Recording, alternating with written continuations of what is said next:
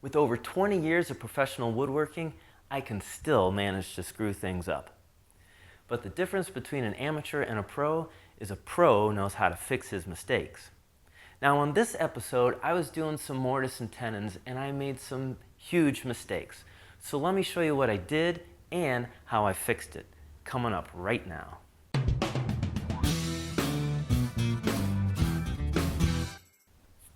Now this is part 2 of the series of this mid-century dining room table that I made. Now if you missed part 1, I do have that link below. But don't worry, because each one of these videos I broke down into individual lessons. Now before we get into today's lesson, I do want to thank the folks over at Woodcraft.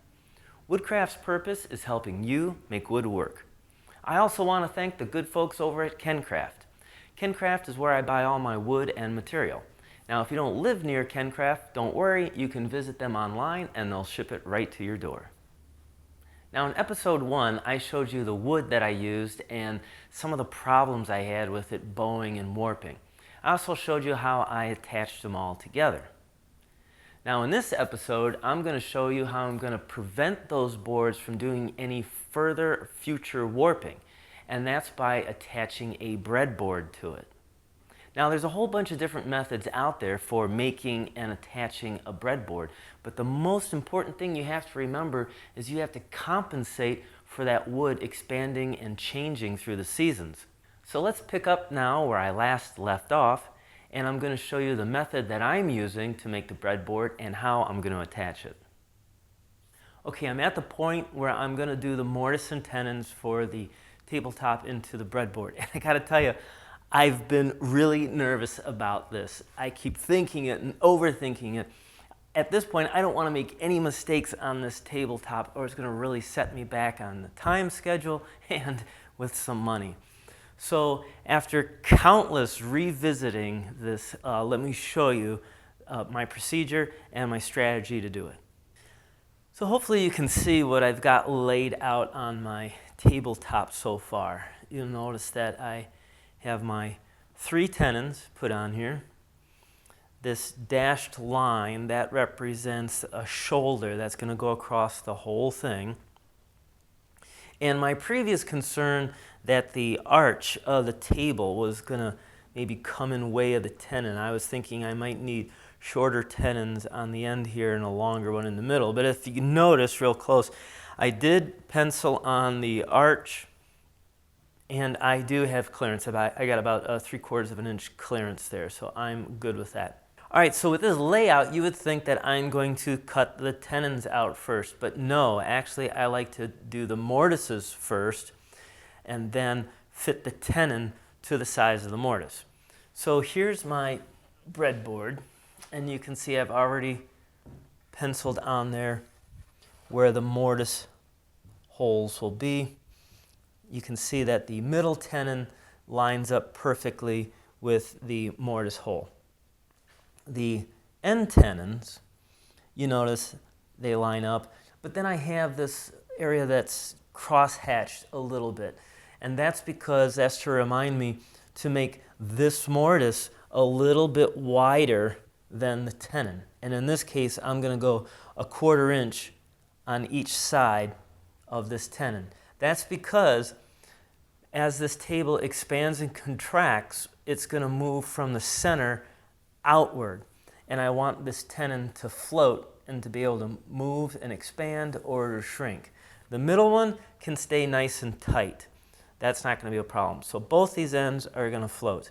And again, I'm not going to glue this to the tenons. I'll show you how we're going to do that later.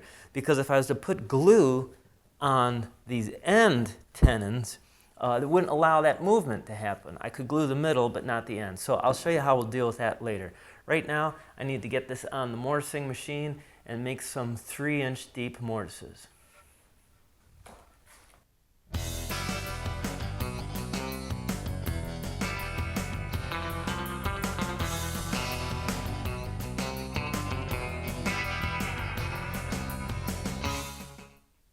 Okay, I already mentioned that I'm nervous about doing this part of it, and I'm already making a design change, so let me show you why. And I actually stopped at a good point where I can do the change and it won't set me back too much. So the plan was to cut this part of the table down a 1/4 inch. That would give me a 1/2 inch tenon that would go into my mortise. And the reason for this is this table cantilevers out pretty far, so I wanted nice big tenons in there. These are going to be 3-inch tenons, and it's going to be a 1/2 inch thick, because if anyone is to lean or sit on the edge of this, I didn't want that snapping. But here's what I'm worried about.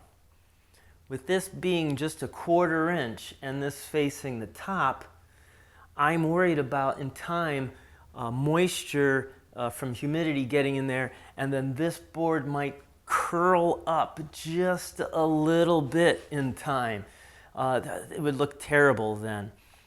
So what I'm going to do is I thought, well, maybe I could just turn this upside down. That way I would have this nice big thick part up on top and this on the bottom. But I wouldn't be able to get a 1/2 inch tenon out of that. Then this is thicker than the actual tabletop. The breadboard's thicker than the tabletop. So what I'm going to do is I'm going to make a plug, put this back in, I'm going to fill it back up, and then instead of a 1/2 inch thick tenon, I'm going to go with 3/8.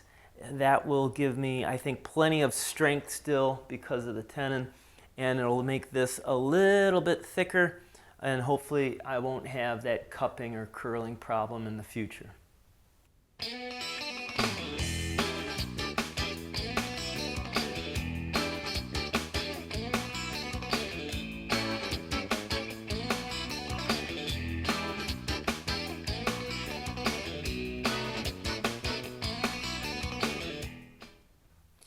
So the mortises are done on the breadboard. I still have to plow a groove in here, which is going to make for the tongue that's going to go on the tabletop. So not only will we have the tongue on this and the tenons, so that this top is going to remain nice and flat and stable over the years. All right, so I'm going to measure from, this is the top side of the breadboard, I'm going to measure this down to the mortise. And then I'm going to use my Craig track saw, and the depth of the saw blade is the same depth from this down to the mortise. And what I want to do is I want to just cut a line on all of this, and then from there I can work all this field down. But I'm using the track saw just because that's going to give me a real nice, clean, sharp line. I think a little bit better than the router. And I have a clamp on it right now because these end boards, the end boards aren't glued to the field of the table yet. There's a reason for that. I'll explain it a little bit. All right, so let me make that cut.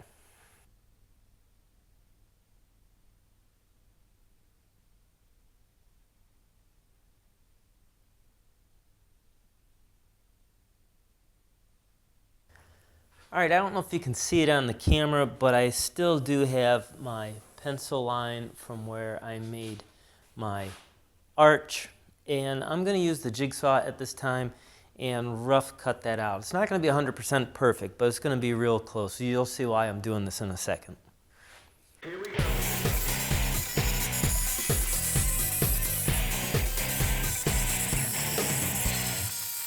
Okay, with my block plane, I was able to shave closer to that line. Again, this doesn't have to be perfect at this point, but I did want it pretty close to that line. So now I'm going to take my breadboard, and what I'm going to do is I'm going to clamp it on here, and I'll be able to trace the profile on the bottom of this.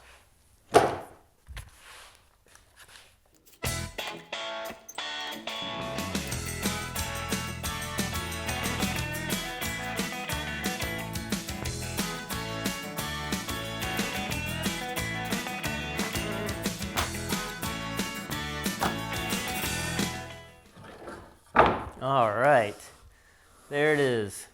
So I have that on there. I'll do this later, but I just wanted it on there, and again, when I cut it, I can clean it and get it perfect. What I also did too was I transferred these lines of where the tenon's going to be onto the field of the table, because what's coming up next is now I'm going to router all this material down to the depth of this saw curve, and then I can go back and I can cut the actual tenons out. All right, moving on to that now.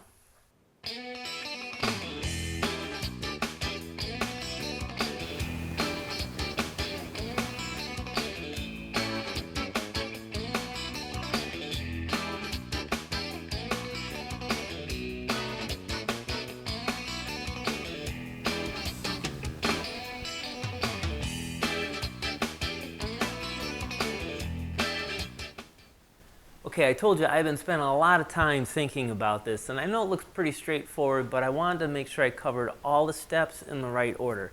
And I thought I had it all figured out.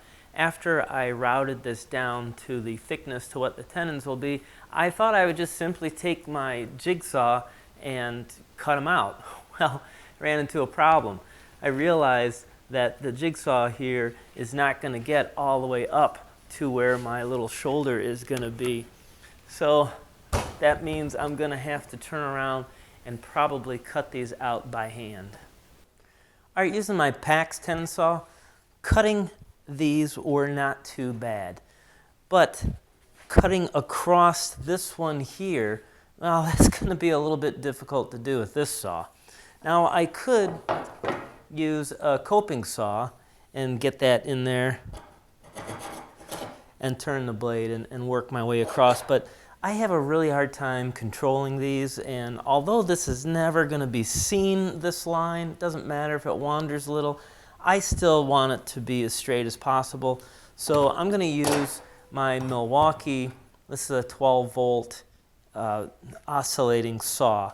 I like this a lot because it's pretty small and compact, so I can get it in the tight places, especially if I'm working on cabinets. But I do have to admit, this little baby's loud, so make sure you have some hearing protection on when you wear this guy. All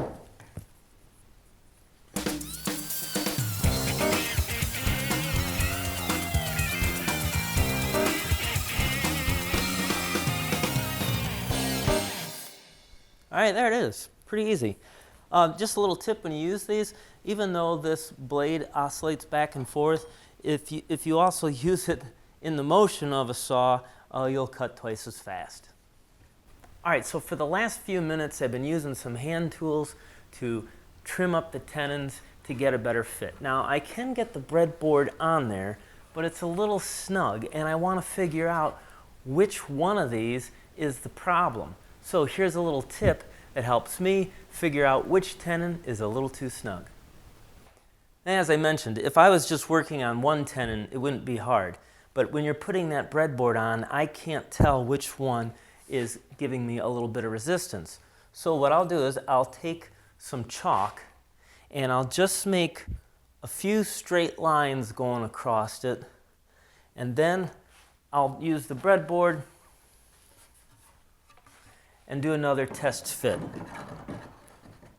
You'll put it on, push it up there till it starts to get snug, and then pull it off. Then what you can do is you can look at the lines on each one of the tenons, and you'll be able to see a little bit of where the chalk smudged, and that is my high spot.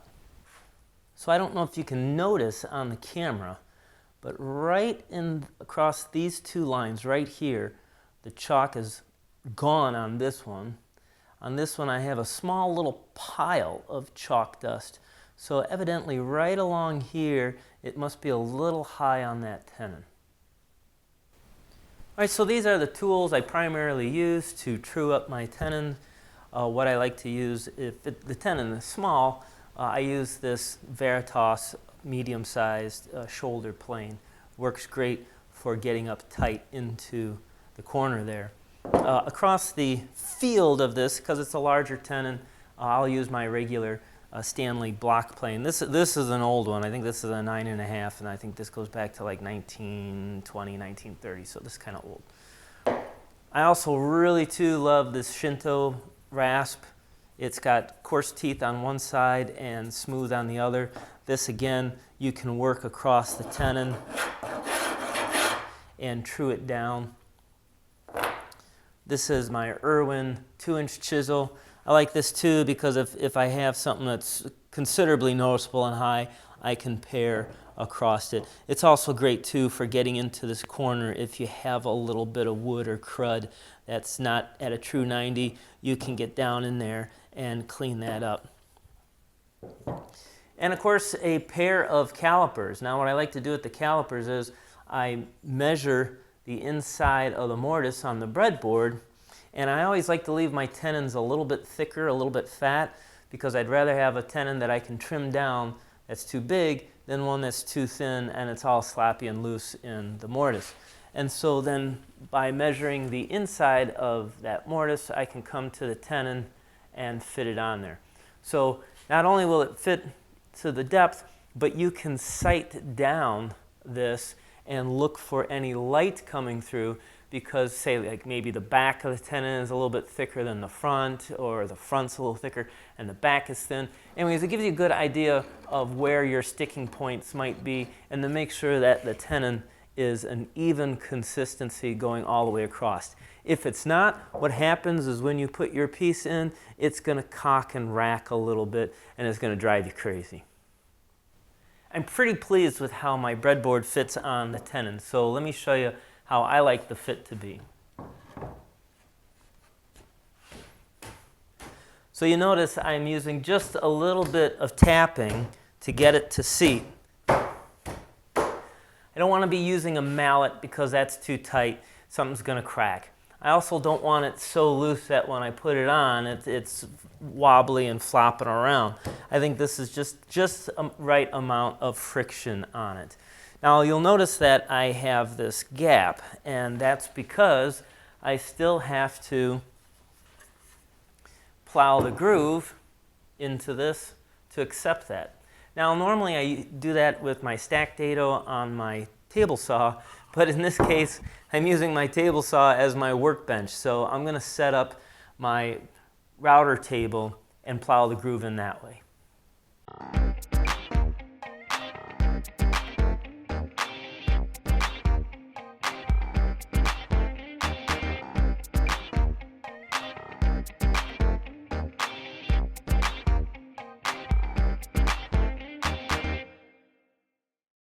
If you recall, earlier I said on this that I didn't want to glue the outer frame pieces on, the edge ones. Here's why. So the tongue that's here on the field with the tenon, this tongue actually has to come all the way across this piece. So this has to be cut out. If this was glued to the top, it'd be a whole lot harder for me to do it. All right, at this point I have the end pieces, that will be the frame. I have those taken off, and I want to test the fit now with the tongue going into the groove. Nice, just the way I like it. Little bit of resistant, can't pull it apart. Yeah, that'll be good. A little planing, and I will draw bore this in. Now I do want to say that it's not as easy as it looked. I actually had a couple of things fighting me.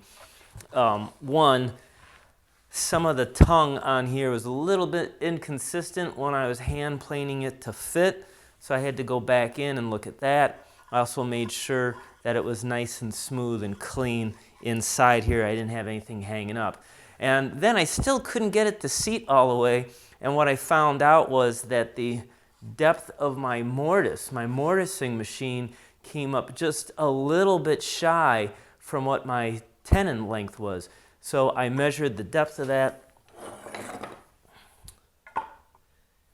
and then marked it on my tenon and cut the tenon just a little bit shorter. So it does take a little bit of finessing, but once you get it, oh, that's going to be a good tabletop.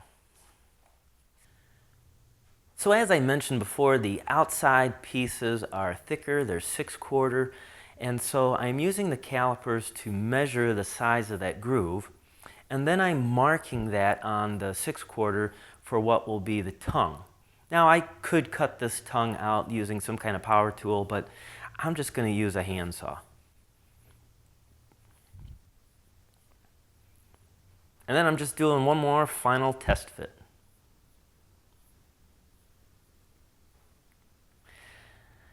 To cut the arch out, I'm just using my bandsaw, and then after that, I'm going to use my hand plane and smooth it out. To attach the breadboard to the rest of the table, I'm going to use a method called drawboring.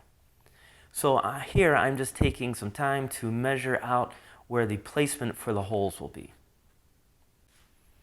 Now when I drill these holes, I'm stopping just shy from going all the way through. All right, the breadboard is back on the table, and now I need to mark the hole that's going to go through the tenon there.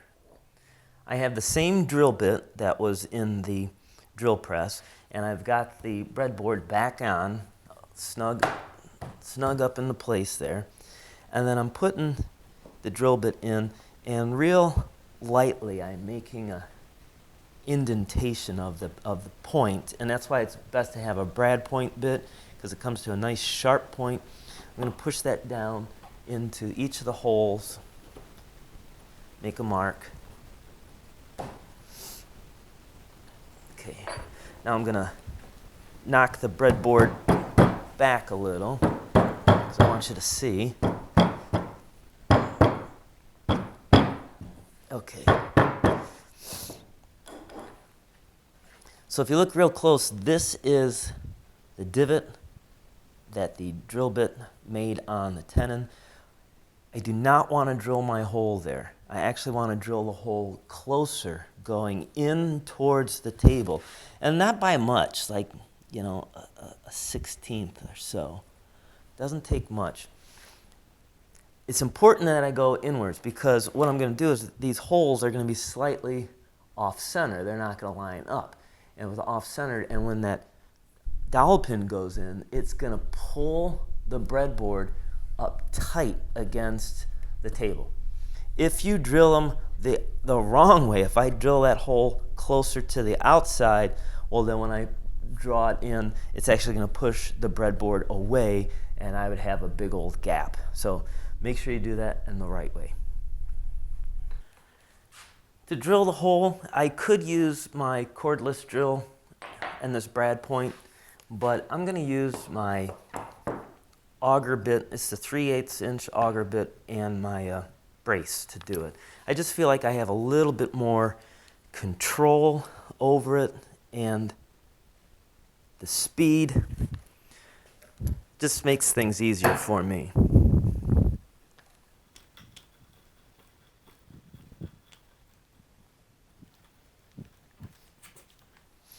And I'm going to come through the bottom. That just helps eliminate any kind of blowout.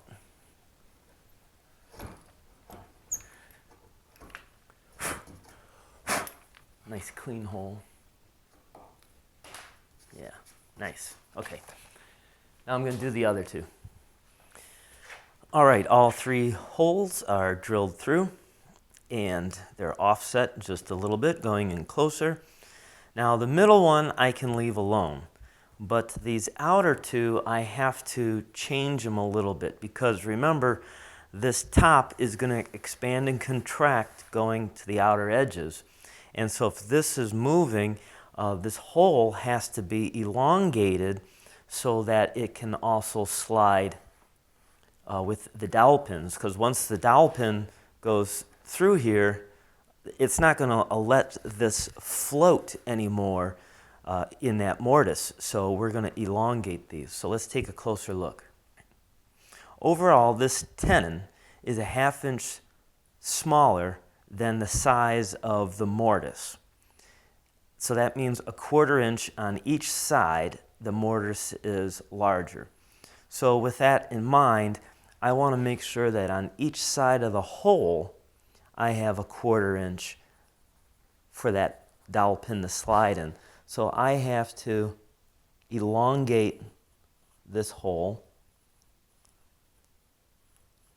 And I can either do that by drilling next to it, using a gouge, file, whatever it takes just to get this cleaned up. And you also want to make sure that it stays straight. Don't elongate it on an angle or anything. Okay, I'll do that next. You can see my holes are elongated, and now I'm gonna put it back on there. Sighting down this, I'll try and get a camera shot of it. You can slightly see how the holes are offset. Now, it's real tempting for me to want to put my dowel pins in there and lock this in place, but the frame edge pieces here, I haven't glued these on yet, so I'm going to do that first. I'm going to clamp them up and glue them on, and then I'll come back and put the breadboard on last. All right, so I got the edge boards back on, all glued up. As you can see, plenty of clamps on it. I also put the breadboards on. Now, they're not locked in place. I just set them on here to help keep everything aligned and straight and flat. And now, I just gotta wait for the glue to dry. A couple of little gluing tips to give out.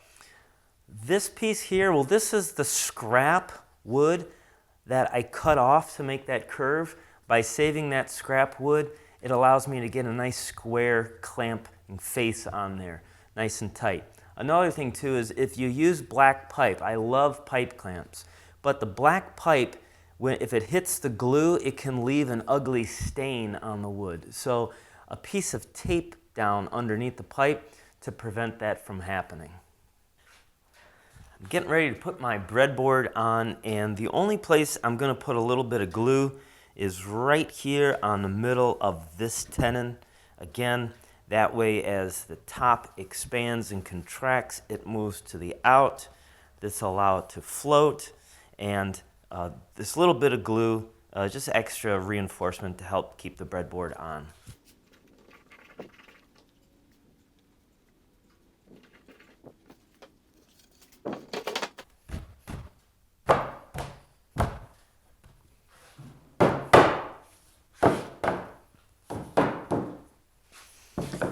Okay, and again, as I put the pin in, I'm just going to put a little bit of glue at the top here. I don't need glue on the whole thing.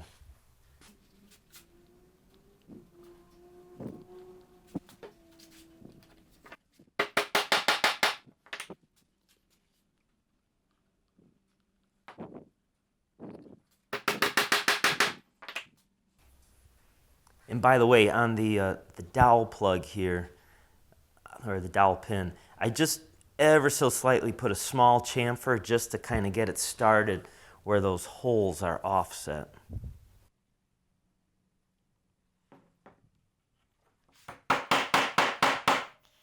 All right, once that dries, I'll cut those flush and that'll be done.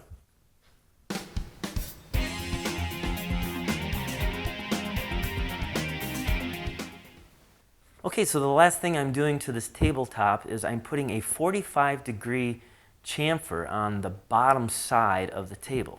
What this is going to do is when you stand close to the table, it's going to give the impression that the top is thinner, and then when you stand farther away from the table, it's going to make it look thicker.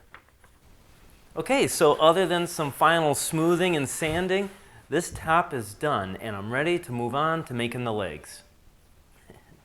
All right, that's where we're going to stop for today. Now, next episode is I'm going to show you how to make the tapered legs for that, and more importantly, how to mortise out on those tapered legs. And this became quite a challenge because I had to make a special jig and I had to use some geometry on it. So you're definitely going to want to tune in for that. Now, I know this was a long episode today. I'm trying to break this series down again into individual lessons, and I thought if I was to cut this one in half, well, it would just kind of break the flow of it. But if you're still with me, there's a couple of other things I still want to mention to you. Now, I've been putting down below in the description the tools that I use in the video because they are tools that I like and do believe in. But what I wound up doing is on my website, I made a page of not only these tools, but some of the other tools from other episodes. So if you're interested in looking at the different tools that I personally really enjoy using, we'll go to that link below and you'll be able to see all those tools. And one of the greatest tools I think there is out there are books. Now, on past episodes, I've liked to refer a few books to you. And if you join the newsletter, I always have a section in there on books. Well, same thing I did like with the tools. On the website, I have a page of all my favorite books. And trust me, I have well over 200 books in my collection, so I'm slowly adding the good ones to this list. And you heard me mention a newsletter. Yes, I offer a free monthly newsletter where it has articles and videos in it, not only from myself, but from other people such as my good friend and mentor, Dennis Laney, Mitch Peacock, Gerald Vance, and we also will have from time to time different guest stars in it. Now, if you're on Facebook, we have a private group page called What Are You Doing? This is where people go to post their projects either in progress or already completed. It's a great place to talk to other fellow woodworkers and to ask questions. And as always, if you have a question about something you're doing in your shop and need some advice, well, feel free to email me at woodshopintime@gmail.com, because my whole goal of this show, this series, is to make you a better woodworker. Until next time, thanks so much for watching, and, well, keep on dancing.